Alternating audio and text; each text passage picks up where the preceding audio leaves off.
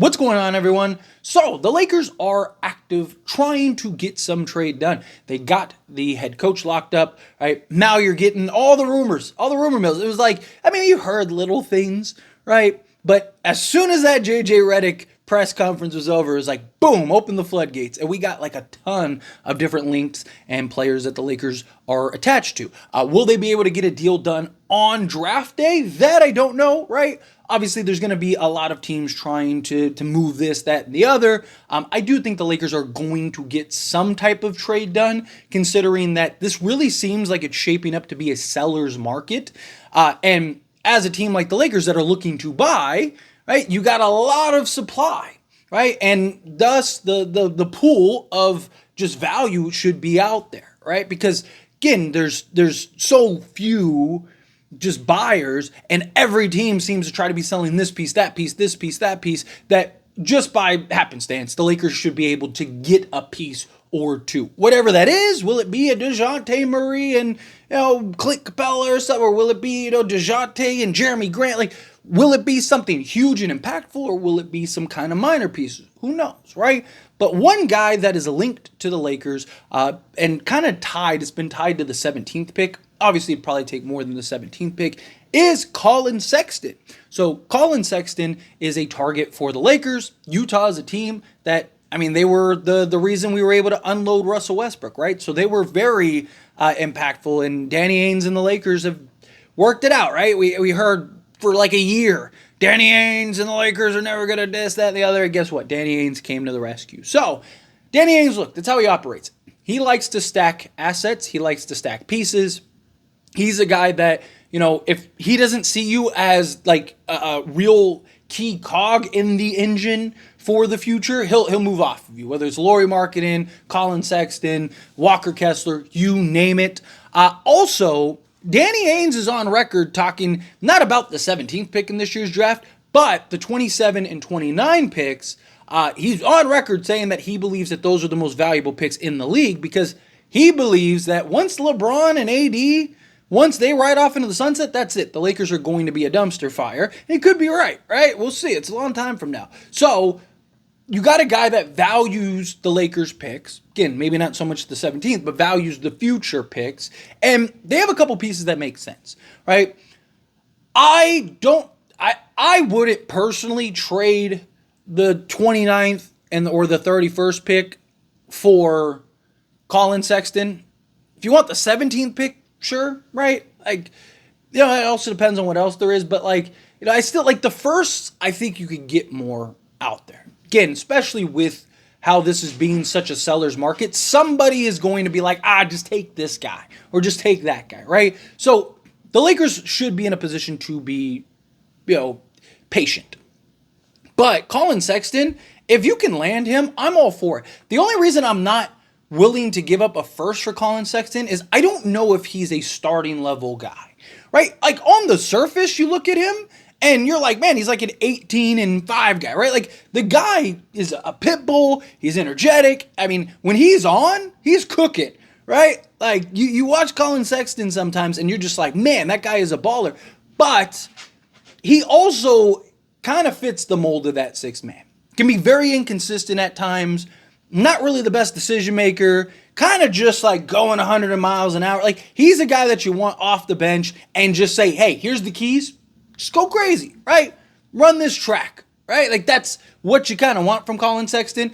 To where if he was like somebody that you could see as like, okay, he's a stabilizer. He's a guy that could be your point guard for now in the future, right? If he was like closer to like a DeJounte, I think that I'd basically give up what you want, because he's still only 25 years old, right? But there's a reason his market isn't anywhere close to what a guy like DeJounte's is, right? Because Collin Sexton, and again, he's giving you 18 and almost 19 points per game on good efficiency from both three-point range and from the field in general. Finishes well at the rim. He can get after it, a hustle guy on the defensive side. Like he's everything that you would technically want. He's still young, 25 years old, but again, it's those inconsistencies. It's the kind of decision making at times. It's like, can he be more in control at times? But also it's his contract, right? So I don't think he has a bad contract, especially like six-man money in today's. I mean,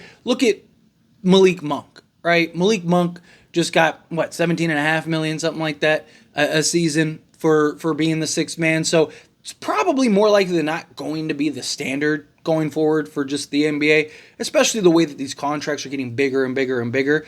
But you look at a guy like Collin Sexton, he's making this season 18.3 million, 18.35 to be exact, and then he has one more year next year at 19.175. So you can get there. I mean, you could technically Rui and him money match. Lakers, they operate as a first team apron. You're probably gonna have to exceed that salary amount. So, but you can throw in, Cam Reddish or something like that if he opts in, right? Like you could get there. It's not a hard swap. Personally, if you could get Collin Sexton and Walker Kessler, now I think you're getting closer, right? Because that would give you a center for now and the future, and that'd give you a young, energetic, athletic, kind of point of attack guard that can go and, just basically be a bucket, right? Because again, Collin Sexton, he's point guard size essentially, but he's more of a two guard, right? He's not a guy that you want. He's just not really he's not a great playmaker. Is the best way to put it, right?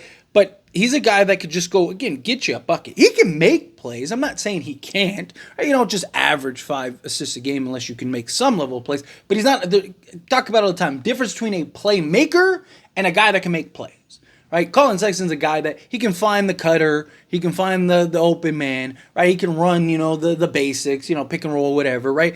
But for him to kind of be your floor general, he's not really the guy you're looking to do that.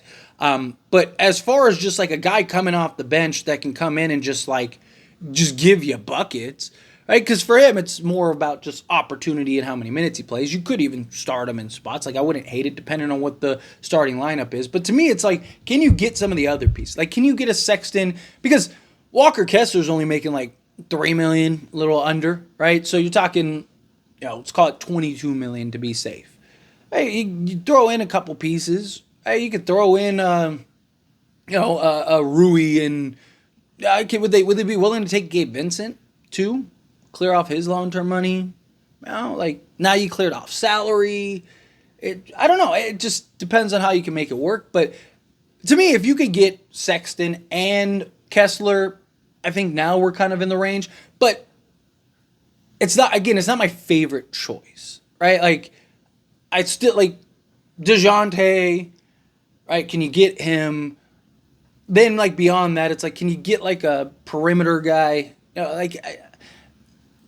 Jeremy Grant, right? Because Jeremy Grant's another guy that's been linked to the Lakers. Did a video on him already. Obviously the money isn't the same, right? One guy's making 30 million, one guy's making 18, but Jeremy Grant, I think, would be a harder role to find and fill, right? And what does that cost? I don't think that would cost multiple firsts. It shouldn't, because again, his contract's so high. Would a team be willing to give up multiple firsts for Jeremy Grant? Then fine, take him.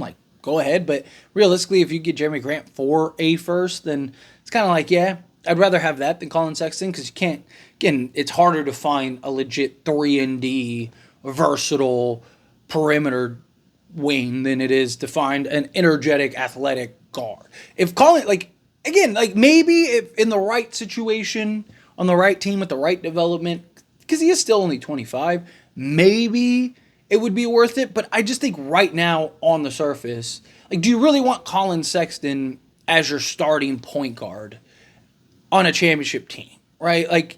I lean more towards him coming off the bench, being that energetic sixth man that's just, you basically can just let him go wild, right?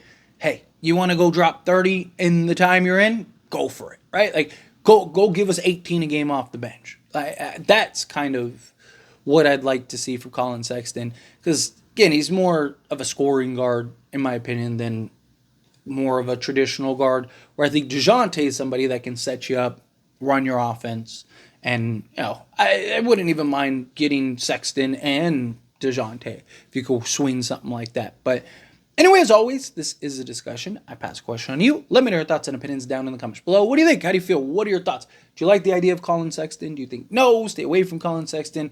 Are you kind of like me where it's like, yeah, it'd be cool if you got him, but he's kind of lower on the totem pole, so to speak. He's not like a priority type thing. Is there other guys you'd prefer over Collin Sexton? Again, I don't hate it. If it happens, cool. Like, I'll be pumped. He's a baller. Like, don't get me, I don't want to undersell Collin Sexton. Like, the dude is a hooper, right? Is that where our assets are best spent is kind of my thoughts, because we are very limited on our assets. So that's where I'm at with that. But again, how you feel, whatever your thoughts are, let me know down in the comments below. That being said, if you haven't liked this video, hit that like button. Helps me a lot. Helps me enjoy these types of videos, and I truly appreciate it. Not subscribe channel, hit that subscribe button, turn on the bell notifications. Appreciate y'all. See you in the next one. Thank you.